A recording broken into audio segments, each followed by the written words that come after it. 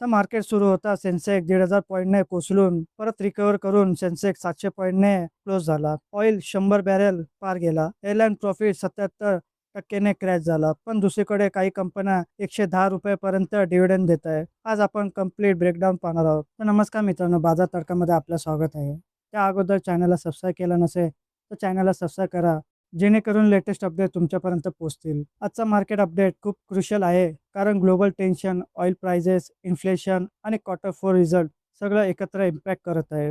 आज सेन्सेक्स 702 पॉईंटने घसरून 46,847 वर बंद झाला. तर निफ्टी 207 पॉईंटने घसरून 23,842 वर क्लोज दिला. कारण मार्केटमध्ये पॅनिक नाही, पण क्लिअर विकनेस दिसते.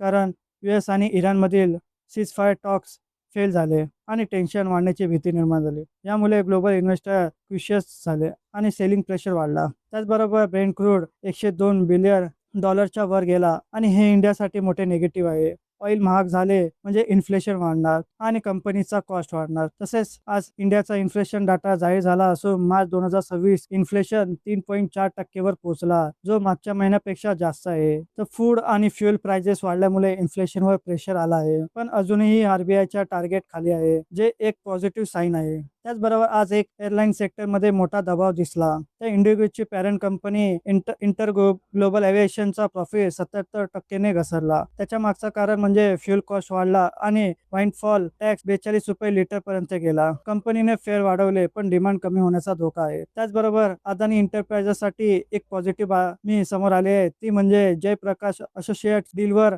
वेदांताने चॅलेंज केलं होतं, पण NCLATने हिअरिंग पोस्टपोन केली. यामुळे अदानीला रिलीफ मिळाला आणि स्टॉकमध्ये 2% ची तेजी दिसली. त्याचबरोबर आता पाहूया आजच्या जाहीर झालेल्या 2 Q4 रिझल्टचे नंबर.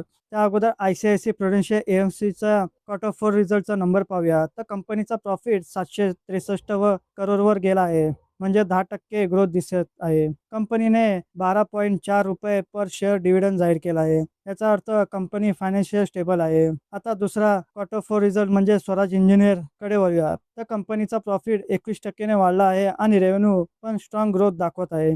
सगळ्यात मोठी बातमी म्हणजे ₹110 पर शेअर डिव्हिडंड रिकमेंड केला आहे. हा एक बंपर डिव्हिडंड आहे. त्याचबरोबर POC कंपनी म्हणजेच कोल इंडियानेही डिव्हिडंड अनाऊन्स केला आहे. तर कोल इंडिया 27 एप्रिलला फायनल डिव्हिडंड अनाऊन्स करू शकते, असा त्यांनी अनाउन्समेंट केलेला आहे. तर मित्रांनो, ओव्हरऑल मार्केट व्ह्यू पाहिला तर एक बाजूला निगेटिव्ह फॅक्टर आहेत, म्हणजे ग्लोबल टेन्शन, ऑइल प्राइसेस आणि इन्फ्लेशन. त्याचबरोबर दुसऱ्या बाजूला पॉझिटिव्ह फॅक्टर म्हणजे स्ट्रॉंग Q4चे रिझल्ट आणि हाय डिव्हिडंड. मार्केट सध्या कन्फ्युजन फेजमध्ये आहे. तर मित्रांनो, अशा लेटेस्ट अपडेटसाठी चॅनलला सबस्क्राईब करा आणि व्हिडिओला लाईक करा. धन्यवाद.